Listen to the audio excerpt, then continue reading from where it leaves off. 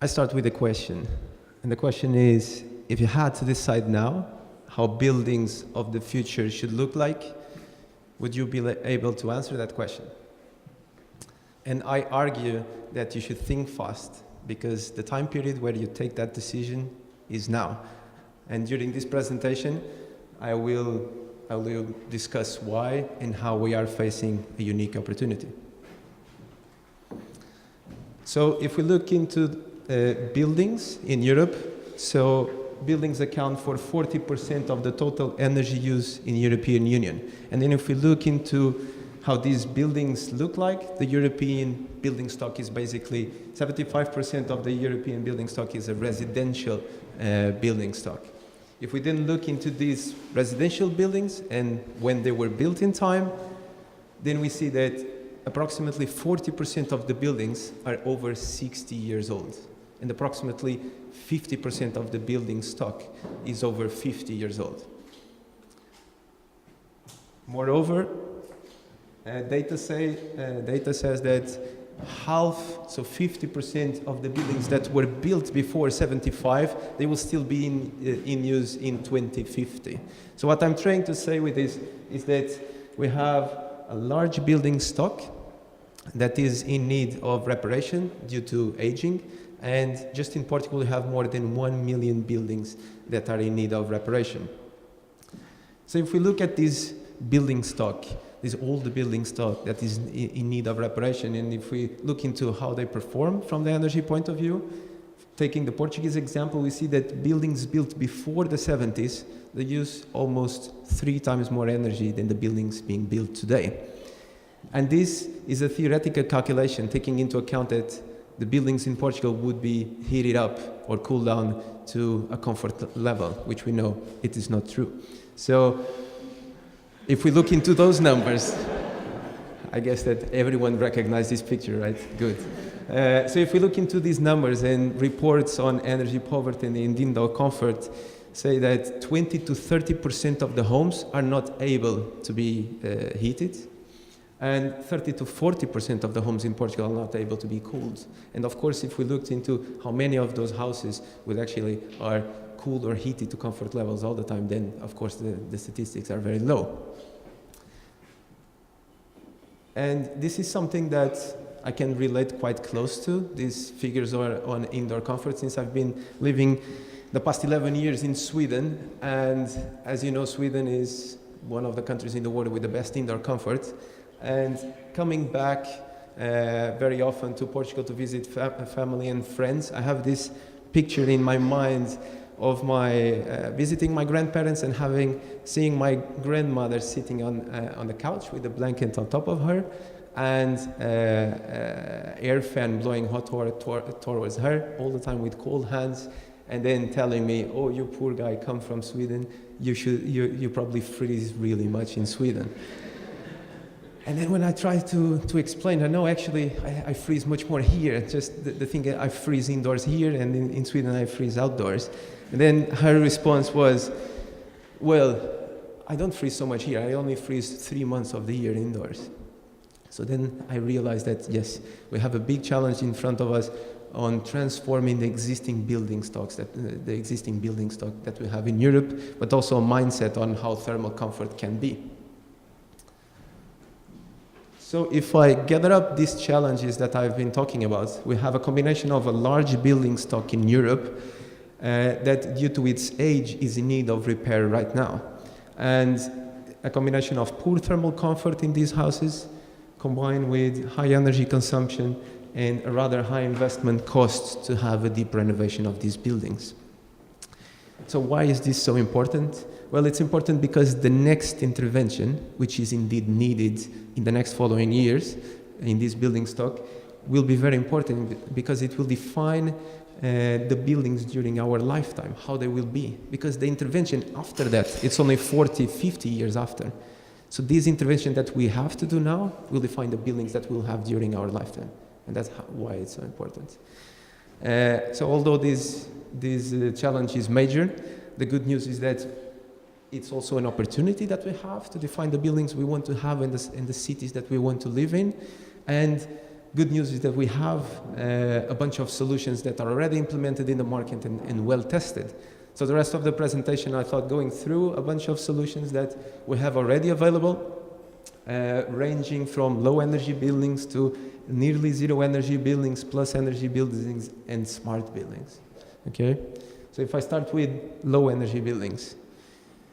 Low energy buildings are also called passive houses. It's a principle already implemented from the 80s. And although the design strategies depend a bit on the climate that you have, the main principles are more or less the same.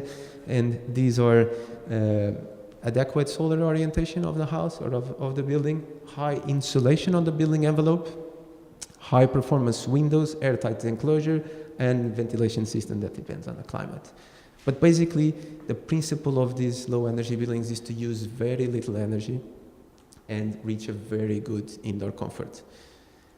And this very low energy use is so low to a point that the own heating that people irradiate and the electrical appliances and ovens inside the house, this heating is enough so that you can skip the central heating system. So the extra investment that you have on the building envelope to insulate your house very well, you can then compensate that by not needing a central heating system and very low energy bills during the lifetime of the building.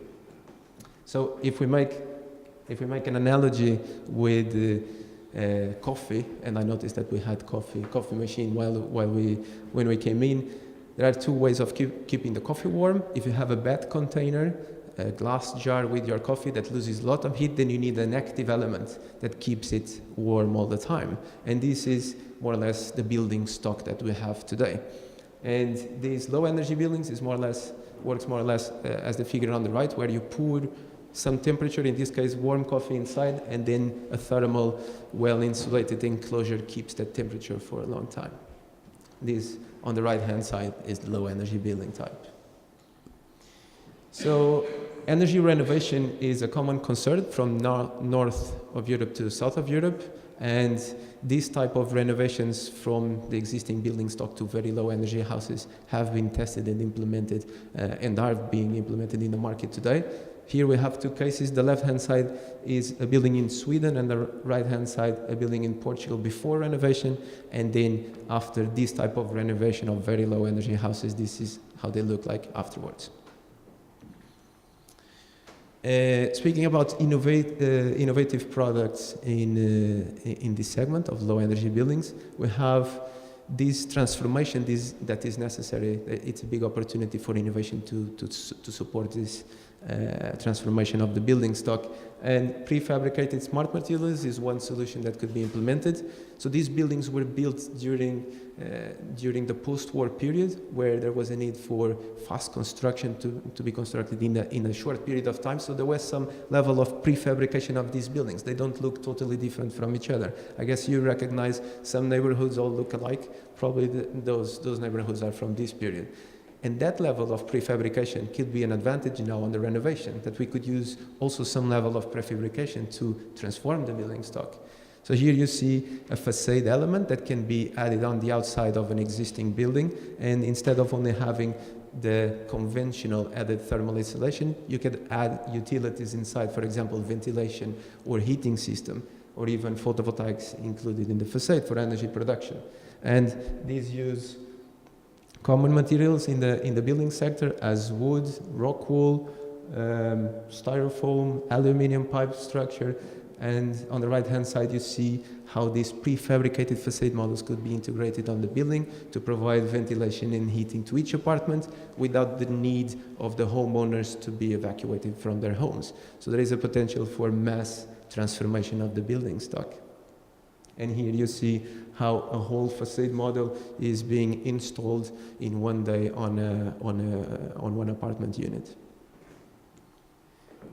Just another type of an innovative solution. This is also a prefabricated facade solution that you can add on to existing buildings, and it's made from the exterior to the interior is made of a glass pane followed by an air gap and then a honeycomb type structure and then a support for the whole structure. And it works in such a way that during the summer, when the solar is higher in the sky, the structure shades itself, But on the other hand, during the winter, when the solar is lower in the sky, the solar radiation penetrates deeper in the material and then heats up those air gaps in the structure. And that creates a buffer zone between the indoor environment and the building and the outdoor. So at the end, you have a system that selects radiation based on the season, on a passive manner, and it creates a buffer zone that decreases heat loss between the indoor and the outdoor.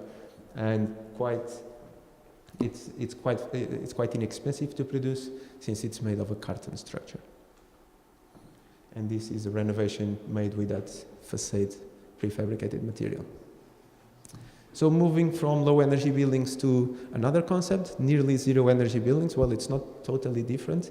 It's basically, it follows the same principle of very low energy building, but now we add a component of energy production to the building. And the definition of nearly zero energy building is a very energy efficient building that uses very low amounts of energy and by means of cost efficient solution.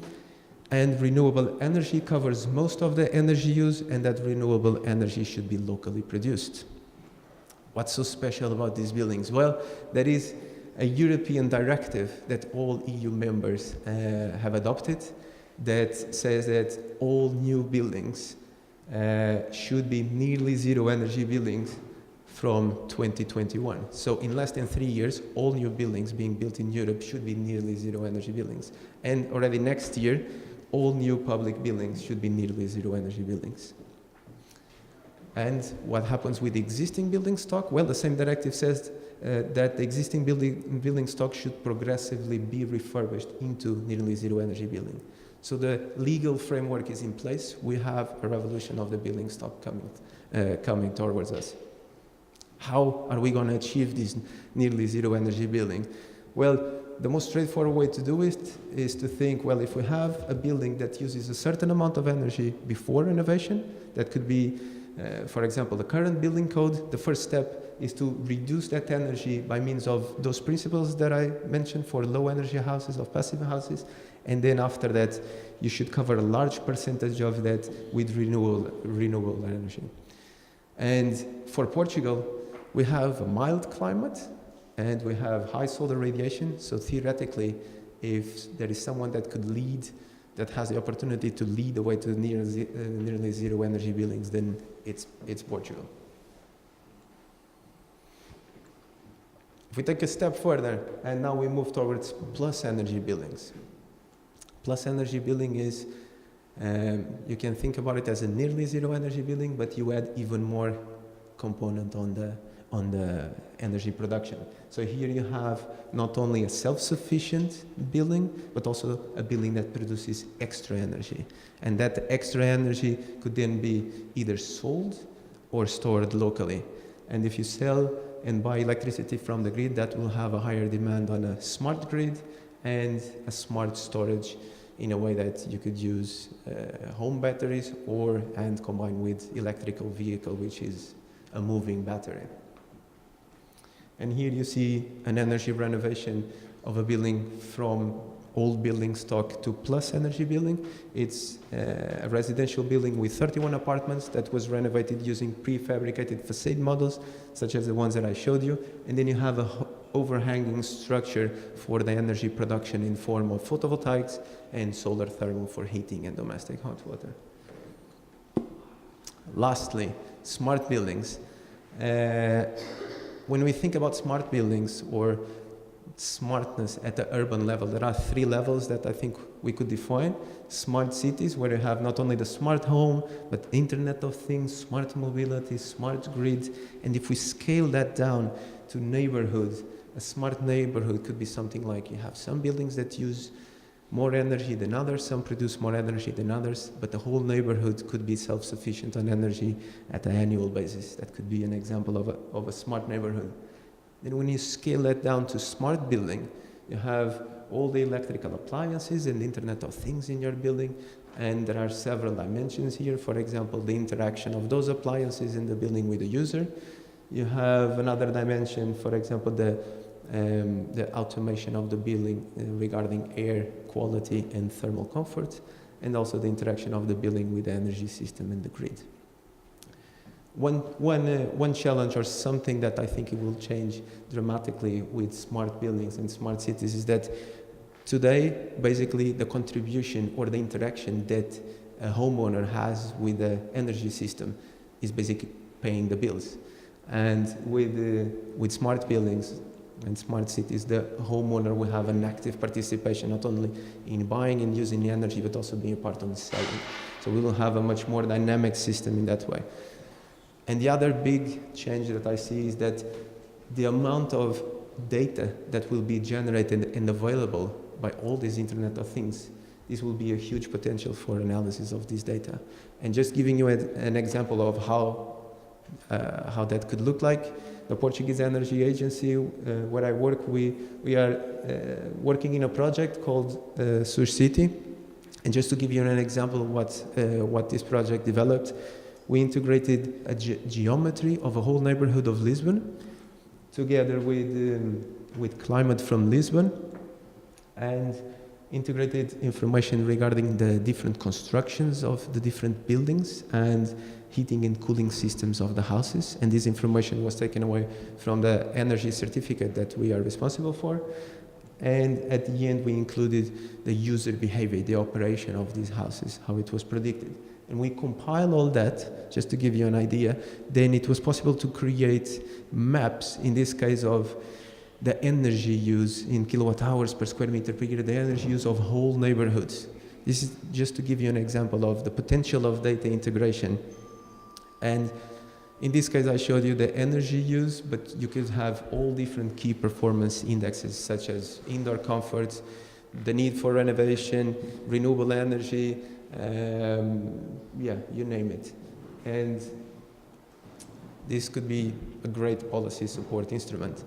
Again, I could relate quite closely to this study, since this is done for Olivais and Expo, and I grew up in these neighborhoods, so the reality that I was very aware, and when I grew up and saw very big challenges in the building stock in that neighborhood and the poor indoor comfort, this project helped set numbers into that perspective that I had.